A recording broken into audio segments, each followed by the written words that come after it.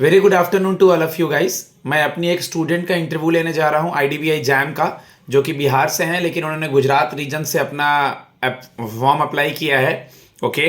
और मेरा नंबर है 7503235358। आप लोग इससे कांटेक्ट करके आने वाले अपकमिंग जो भी इंटरव्यूज़ हैं प्लस आईडीबीआई जैम, उसके लिए अपने मॉक क्लासेस सेशंस अरेंज करवा सकते हैं।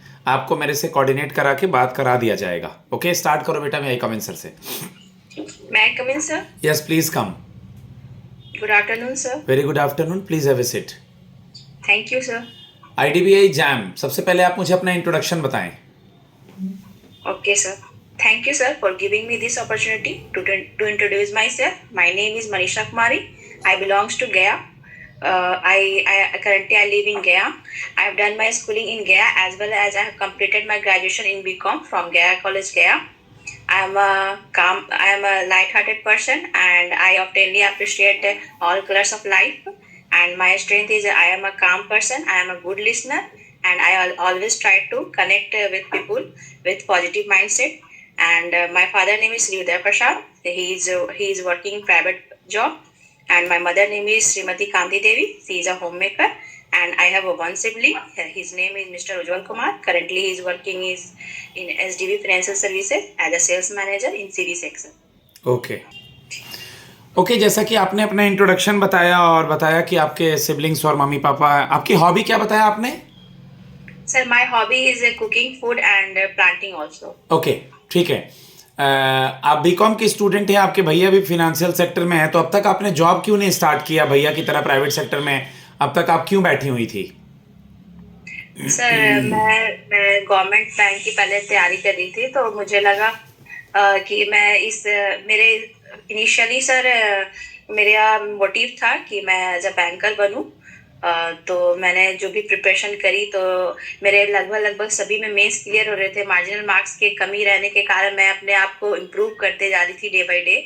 तो सर मुझे अभी तक लग रहा है मैं क्लियर कर लूँगी। अभी मेरे पास एज है सर, और अभी मेरे पास बहुत अपॉर्चुनिटी है। ठीक है, आईडीबीआई जैम के बारे में क्या जानती हैं आप? सर, आईडीबीआई जैम सर एक ऑफिसर कैडर जॉब है, जिसमें फाइनेंशियल इंस्टीट्यूट में फाइनेंशियल से रिलेटेड चीज़ों को रेगुलेट करना होता है, उन्हें गाइड करना होता है लोगों को। और जो भी वहाँ पे सर जो भी वहाँ पे काम दी जाएगी, मैं उन्हें अच्छे से करूँगी। आईडीबीआई ऑर्गेनाइजेशन के बारे में बताइए। हेडक्वार्टर, टैगलाइन, चेयरमैन, इसकी हिस्ट्री, एलआईसी से क्या रिलेशन है? Okay, sir. Sir, firstly, IDBI stands for Industrial Development Bank of India, and sir इसका इस्टेब्लिशमेंट 1 जुलाई 1964 को हुआ था। IDBI पहले RBI की सब्सिडी के फॉर्म में काम कर रही थी टिल 1976 तक। आफ्टर 1976 RBI ने IDBI का ओनरशिप गवर्नमेंट ऑफ इंडिया को ट्रांसफर कर दिया। और इन 2004 में सर IDBI का ट्रांसफॉर्मेशन हो गया IDBI बैंक लिमिटेड के रूप में। और सर 2019 में आईडीबीआई को प्राइवेट बैंक के रूप में कैटेगराइज कर दिया गया, और 2019 में ही एलआईसी का इनरोलमेंट हुआ आईडीबीआई में।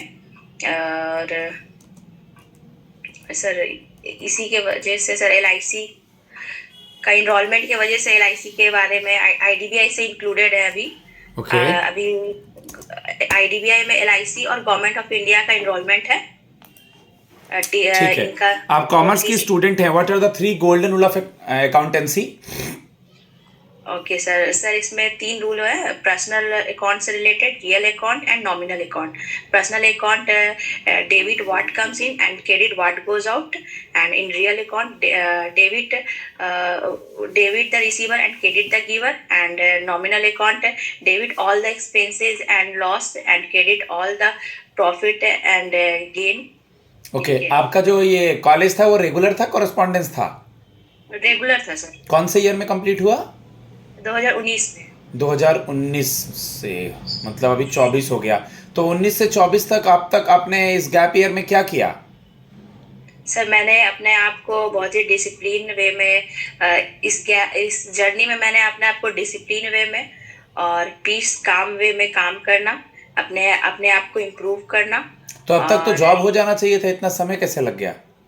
सर थोड़ा सा मेरे सर शुरू में इनिशियली लैक ऑफ स्पीड की वजह से मैं प्रीलिम्स नहीं क्लियर कर पा रही थी। 2020 से मेरे प्रीलिम्स क्लियर होने लगे, तो मेंस में मैं अपेयर होने लगी। तो उसके बाद जो मेंस में जो कमी है उससे इम्प्रूव करके मैं आज फाइनली यहाँ पहुँची हूँ सर। ओके, बैलेंस शीट में एसेट्स और लायबिलिटी साइड के कुछ पोस्टिंग्स बताइए।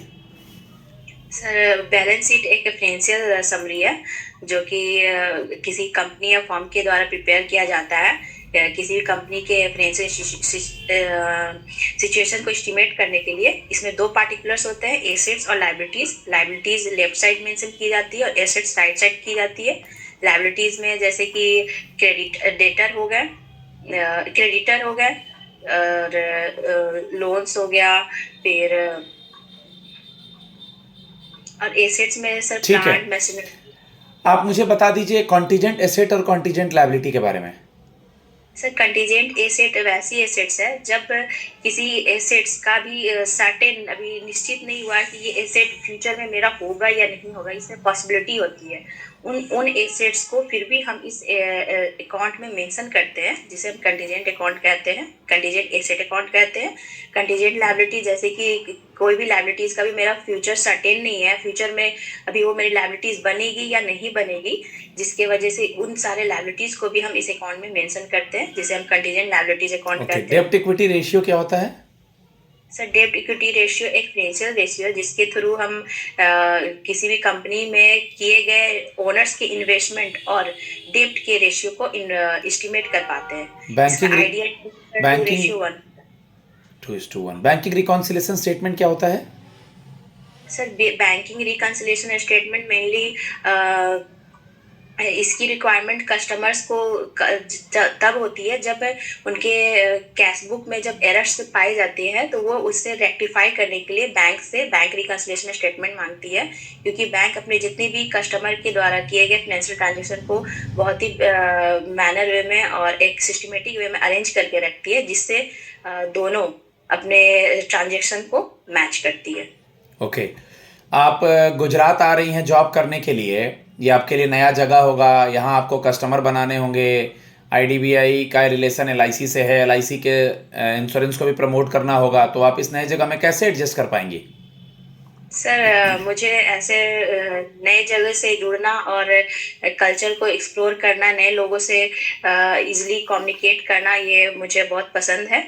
और मैं गुजरात आऊँगी तो सर मैं इजीली यहाँ सरवाइव कर सकूँगी, क्योंकि मैं कुकिंग भी जानती हूँ, मुझे अच्छा लगता है कुक करना, और मैं अपने आप को यहाँ एडजस्ट इजीली कर लूँगी सर। ओके, मनीषा आप मुझे बता दें, आपने सुना होगा हाल ही में अभी आरबीआई के गवर्नर जो है वो नए बने हैं, क्या नाम है उनका? Sir mister Sanjay Malhotra ji. और आज के ही पेपर में छपा है कि जो शक्तिकांता दास थे गवर्नर, उनको कोई नया पद दिया गया है, उनके बारे में पता है? जी सर अभी मैंने आज रीड नहीं किया। चेक कीजिएगा, पीएम के सलाहकार या समथिंग कुछ उनको बनाया गया है, प्रधानमंत्री के। ठीक है, आप मुझे ये बताएं, एनडीटीएल को डिस्क्राइब करें, net demand and time liability को। Sir NDTL stands for net demand and time liability. It means net demand से demand deposit and time deposit होता है। डिमांड डिपॉजिट में कासा होता है, current account and saving account, and time deposit में राफा होता है, recurring deposit and fix deposit. ठीक है, जैसा कि आपको पता होगा कि एक टर्म होता है बैंकिंग में जिसको हम लोग रेपो रेट कहते हैं, हाल ही में ये रेपो रेट घटा है, जी तो सर। रेपो रेट का डेफिनेशन क्या होता है और अभी कितना % है ये? सर अभी करेंटली रेपो रेट 6.25 है, अभी 0.25 बेसिस पे ये कम हुआ है। रेपो रेट का मेन मोटिव होता है सर, आरबीआई के द्वारा शॉर्ट टर्म के लिए बैंकों को, कमर्शियल बैंकों को जो लोन प्रोवाइड की जाती है उसे हम रेपो रेट कहते हैं। Good, very good. आईडीबीआई का एलआईसी से कौन से ईयर से रिलेशन है और क्या रिलेशन है? सर 2019 से एलआईसी का रिलेशन है आईडीबीआई के साथ। एलआईसी ने 2019 में टोटली 51% का स्टेक परचेज किया था आईडीबीआई बैंक में, इसीलिए अभी ये एलआईसी के जो भी प्रोडक्ट्स हैं इन्हें प्रमोट किया जाता है हमारे ऑर्गेनाइजेशन के। बैंक इंश्योरेंस क्या होता है? सर बैंक इंश्योरेंस मेनली जब बैंक से किसी इंश्योरेंस कंपनी की प्रोडक्ट को सेल्स करती है या प्रमोट करती है, उन्हें हम बैंक इंश्योरेंस कहते हैं। सुकन्या समृद्धि स्कीम बैंक में दिया जाता है, पता है आपको सुकन्या समृद्धि स्कीम के बारे में? जी sir, sir Sukanya Samriddhi scheme एक गवर्नमेंट स्कीम है जो गर्ल्स के लिए, गर्ल्स के हायर एजुकेशन और उसके मैरिज को सपोर्ट करने के लिए स्कीम को लाया गया है 2015 में। मेनली इसका मोटिव है गर्ल्स को इम्पावर करना। इसमें सर माइनर एज 10 की एलिजिबिलिटी होती है और इसमें सर मिनिमम अमाउंट 250 रुपीज़ का है और मैक्सिमम हम 1.5 लाख तक इसमें डिपॉजिट कर सकते हैं। ये 21 साल का टेन्योर होता है इस स्कीम का। और ठीक है, जैसा कि आपने बताया कि आप कॉमर्स की स्टूडेंट हैं, बहुत सारे बच्चे आज आए हुए हैं, हम आप ही को क्यों सेलेक्ट करें? आप हमारे ऑर्गेनाइजेशन के लिए एसेट्स कैसे बनेंगी? Sir, because I am a BCom background student and I have a many knowledge about financial transaction और बैलेंस शीट के बारे में, डेटा को रेक्टिफाई करना, और I am a calm person, I am a good listener and I am easily communicate with person with positive attitude. That's why I'm eligible for this post. अभी हाल ही में आपने सुना होगा कि यूएस के नए राष्ट्रपति बने हैं, ठीक है? जी सर। और कोई भारतीय मूल की जो है वो उनके मतलब वो भी अभी न्यूज़ में आ रही थी, कोई फीमेल, क्या नाम है उनका? उनके यूएस सरकार के अंदर में उनको कुछ पद दिया गया है। Sorry sir. तुलसी गाबार्ड का नाम सुनिए? Tulsi Gabbard. गाबार्ड, जी सर। सुने, इनके बारे में पढ़ें थोड़ा सा, ठीक है? चलिए, अभी बजट आपने देखा, एक बार बजट आया है? जी सर। बजट के 4 इंजन कौन कौन से हैं? सर इन्वेस्टमेंट है, एमएसएमई है, एक्सपोर्ट है और एग्रीकल्चर। अब बिहार से इंटरव्यू देने आई हैं, मखाना बोर्ड के बारे में बताइए, और इन्होंने जो साड़ी पहनी थी इस बार बजट जारी करते समय, उसमें क्या बात थी? जी सर अभी रिसेंटली बजट में मखाना बोर्ड के बारे में इंट्रोड्यूस किया गया। मखाना बोर्ड का एस्टैब्लिशमेंट बिहार में किया जा रहा है। मखाना के प्रोडक्शन को इन्हांस करने के लिए, उसे प्रमोट करने के लिए।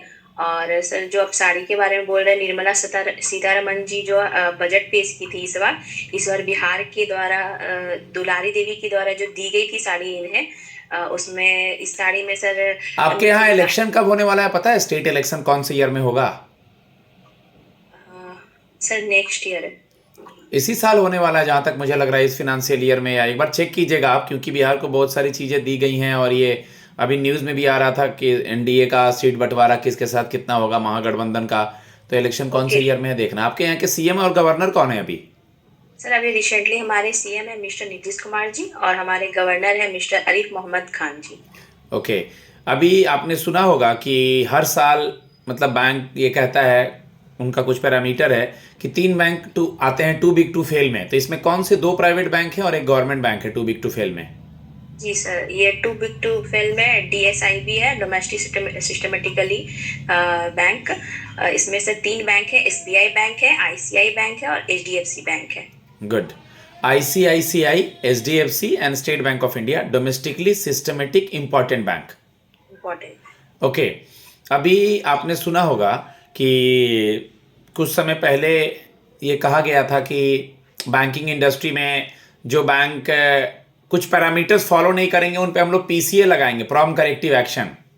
तो पीसीए कौन से ईयर से आया था, ये होता क्या है और कब लगाया जाता है?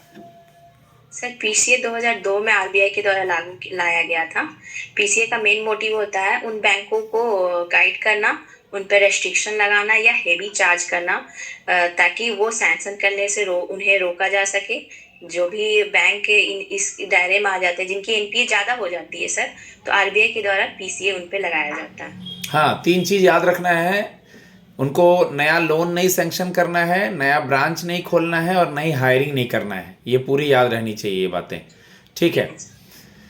ठीक है गाइज, मैं अपने स्टूडेंट को फीडबैक देता हूँ। 14 मिनट का इंटरव्यू हो चुका है। आप लोग मेरा नंबर नोट कर सकते हैं 7503235358। मुझसे कांटेक्ट करें, मॉक के लिए प्रिपरेशन करें। आने वाले इंटरव्यूज़ आईडीबीआई जैम, आपका ईसीजीसी चल रहा है, यूआईआईसी के डेट ऑलरेडी आ चुके हैं, एसबीआई पीओ जब फिर प्रीलिम्स और मेंस होगा तो उसका भी फिर इंटरव्यू होगा। Thanks a lot, God bless you.